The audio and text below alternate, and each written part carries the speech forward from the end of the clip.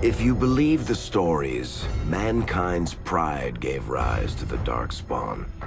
Countless in number and toxic to all life, Darkspawn search endlessly for an archdemon. When they find one, Darkspawn armies surge up from their corrupt barrows beneath the ground, and a blight begins. Grey Wardens are the only warriors capable of destroying an archdemon, and history always honors the one who sacrifices all to kill the beast. In the fifth blight, the Warden was the hero of Ferelden, a mage living in the Circle Tower at Lake Calenhad. Drawn into an escape plot by another mage, the hero became snared in the Circle's dangerous politics. Duncan, a Grey Warden, helped the mage escape to a new life as a warden. The allied Ferelden and Grey Warden forces met in Ostagar, where King Kaelin's armies and a host of wardens gathered, ready to destroy the Darkspawn. But valor turned to despair as Loghain betrayed his king. Kaelin's forces were slaughtered, and the south was lost. The hero, now a full-fledged Grey Warden, survived with the aid of Flemeth, the mysterious witch of the wilds. Joined by Flemeth's daughter, Morrigan, and a Grey Warden named Alistair, the hero set out to build an army strong enough to abolish the Blight. With the traitorous Loghain now seated on Ferelden's throne, the Warden sought help from the influential Arl Eamon of Redcliffe. However, they arrived in Redcliffe to find the town under siege. As each night, undead rose in waves and assailed the battered village. With the hero's help, the people of Redcliffe stood fast against the undead horde. The Wardens reached Arl Eamon's castle only to find the Arl lying at the edge of death, and his court fallen into madness. To save his father's life, Eamon's young son, Connor, had made a deal with a demon, and quickly fallen victim to its possession. The hero intervened, freeing Connor from possession, and breaking the demon's hold over Redcliffe. But deals with demons are never straightforward. The demon agreed only to save Eamon's life, not restore him to health. Arl Eamon needed a miracle to recover. The hero located an urn containing the sacred ashes of Andraste, which were said to cure any ailment. The urn was protected by ancient traps, tests of will, and a dragon-worshipping cult that wanted to twist the urn's power to its own ends. The urn remained pure, but mysteriously disappeared after the Wardens departed. Only the temple dedicated to it still stands. With a pinch of the ashes, the hero restored the Arl to health. Informed of Loghain's treachery, Eamon swore his political and military support. The Circles of Magi are bound by oath to aid the Grey Wardens in times of blight. However, Lake Calenhad's tower could offer little help. One of its mages, Uldred, had become possessed by a pride demon and was twisting other Circle mages into abominations. The hero fought to the top of the tower and defeated Uldred, saving the remaining mages. Grateful for their lives, the mages joined the Warden's army. The allies gained at the Circle were not the only soldiers to join the Warden's forces, however. Dalish elves don't usually make alliances, but even deep hatred can be set aside in the face of oblivion. An ancient curse was destroying Ferelden's largest Dalish clans, turning the elves into werewolves. Zathrian, the clan's keeper, claimed that the cure required the heart of the great wolf, Witherfang. Years before, Zathrian himself had afflicted a group of humans with the curse that now ravaged his clan. As long as he lived, the curse endured. The hero freed the werewolves from the long-standing curse, and the Dalish joined the Warden's forces. Blights may happen hundreds of years apart, but the dwarves who live below the surface of Thedas fight Darkspawn every day. No one is better schooled in battling Darkspawn than the warriors of Orzammar, except perhaps their allies of old, the Grey Wardens. The hero arrived in Orzammar in the wake of King Endrin's death to find political factions fighting for control of the dwarven capital. Only the vote of a venerated paragon could break the deadlock to elect a ruler, and order the dwarves to honor their Grey Warden treaty and join the battle against the new blight.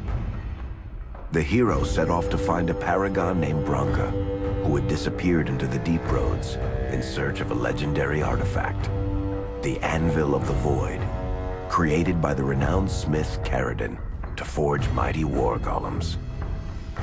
With Branka's help, the hero restored the Anvil of the Void, and a small army of powerful golems joined the Warden's forces. The hero emerged from the Deep Roads with a master-forged crown to bestow the Paragon's favor upon whichever rival candidate would be crowned king. Balin, the youngest son of King Endrin who was suspected of foul play, or Harrimont, the aging traditionalist backed by the Dwarven Assembly. Lord Harrimont claimed the crown of Orzammar. His traditionalist values keep dwarves first in all things, and safely as far underground as possible. With Dwarden's strength now bolstering the Warden's army, the hero had to deal with Loghain, so Ferelden could stand unified against the Darkspawn, before the Blight swallowed the world. The kingdom of Ferelden stood divided. While some nobles supported Loghain's regency, others condemned his inaction against the Darkspawn. Civil war brewed, and Arl Eamon called a landsmeet in hopes of curtailing the conflict and removing Loghain from the throne. Alistair ended Loghain's life in the name of justice for the Wardens who died at Ostagar. As the Warden's united army massed in Redcliffe, the Darkspawn overran Denerim, laying siege to Ferelden's capital city. The hero's army fought valiantly through Denerim and broke the Darkspawn's siege. On Fort Dracon's highest tower, the hero's strongest allies fought alongside the Warden in a final heroic battle against the massive Archdemon. The Archdemon was killed without the sacrifice of a Grey Warden's life. With no Archdemon to lead them, the Darkspawn scattered. Most fled underground, still teeming in number and always seeking a new Archdemon to awaken. The shattered kingdom of Ferelden embarked on a long journey to recovery. In the Blight's aftermath, strong leadership was crucial. Alistair, half-brother to King Cailan, became Ferelden's new king, and the line of rulers who descended from Calenhad the Great remained unbroken. Ferelden still stands, as obstinate and resolute as the Dog Lords ever are, but the events of the Fifth Blight loom over it as the nation rebuilds. For people across Thedas, legends of the hero of Ferelden remain the nation's brightest beacons of hope during its darkest times. It all began in Kirkwall, the fall of Knight Commander Meredith, the Kunari Uprising, and of course, the Chantry's destruction and the onset of Mage Rebellion. One person always stood amidst the swirling chaos: Hawke, the champion of Kirkwall. The Hawke family fled Lothering, refugees from the Blight. Leandra, mother of the champion, and siblings Bethany and Carver, hoped to find refuge at her family's estate in Kirkwall, far to the north.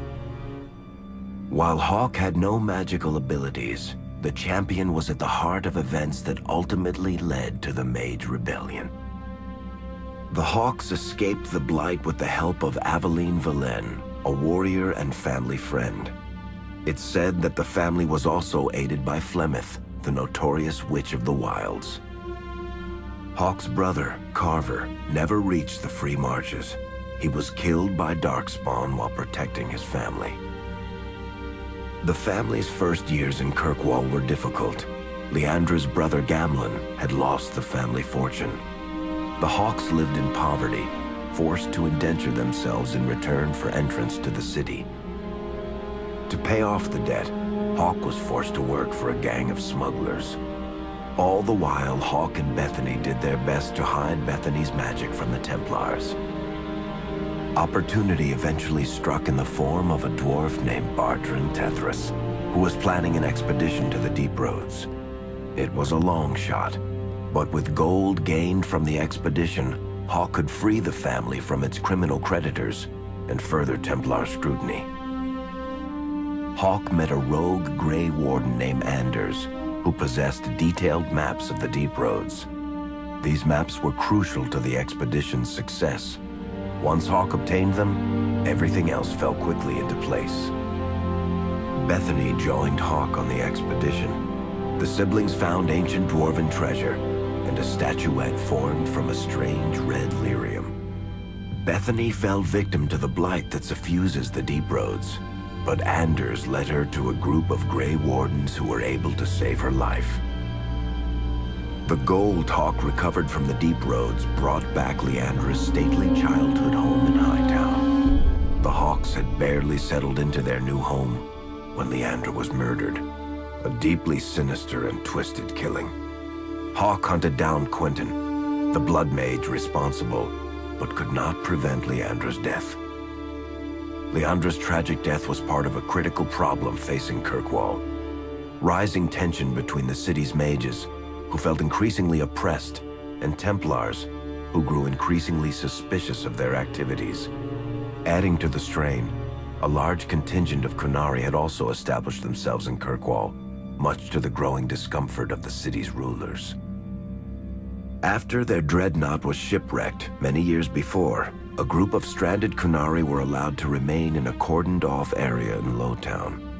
As time passed, the Qunari made no effort to return home and offered no explanation about why they remained. Tensions rose to a breaking point.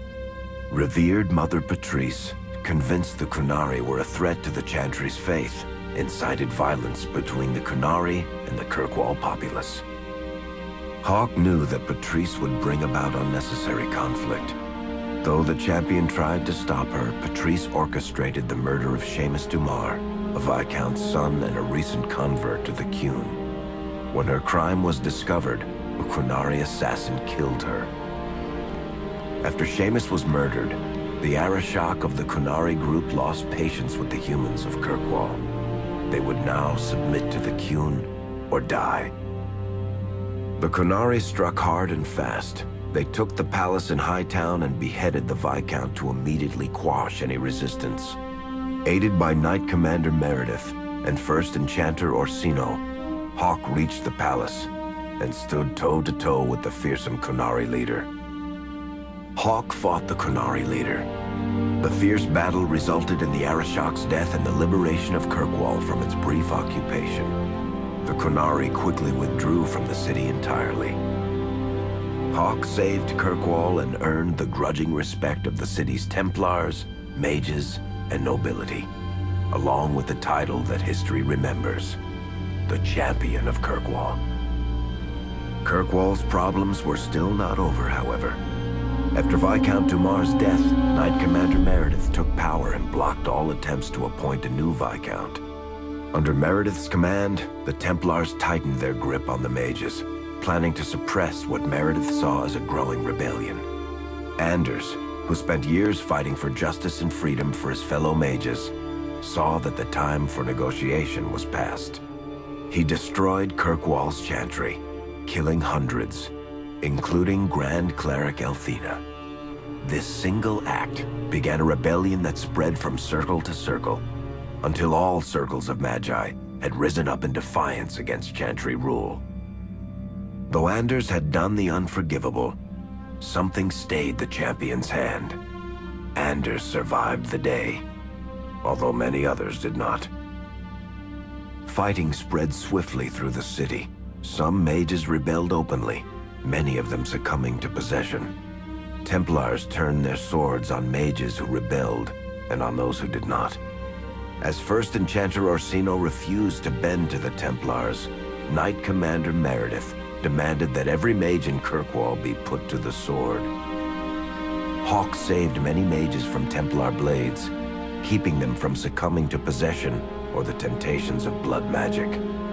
In the end, however, Hawk was forced to strike down Orsino, who had betrayed his own values by resorting to blood magic himself.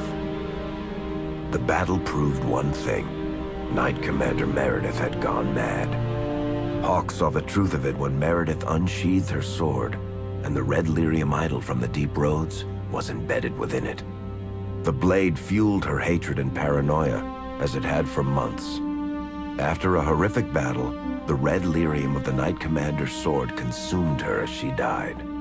Meredith became a statue, her face a frozen mask of horror. Little is known of the champion since that final battle. However, Hawk's story lives on in legend and song. Memories of the indelible changes the champion of Kirkwall brought to the face of Thedas.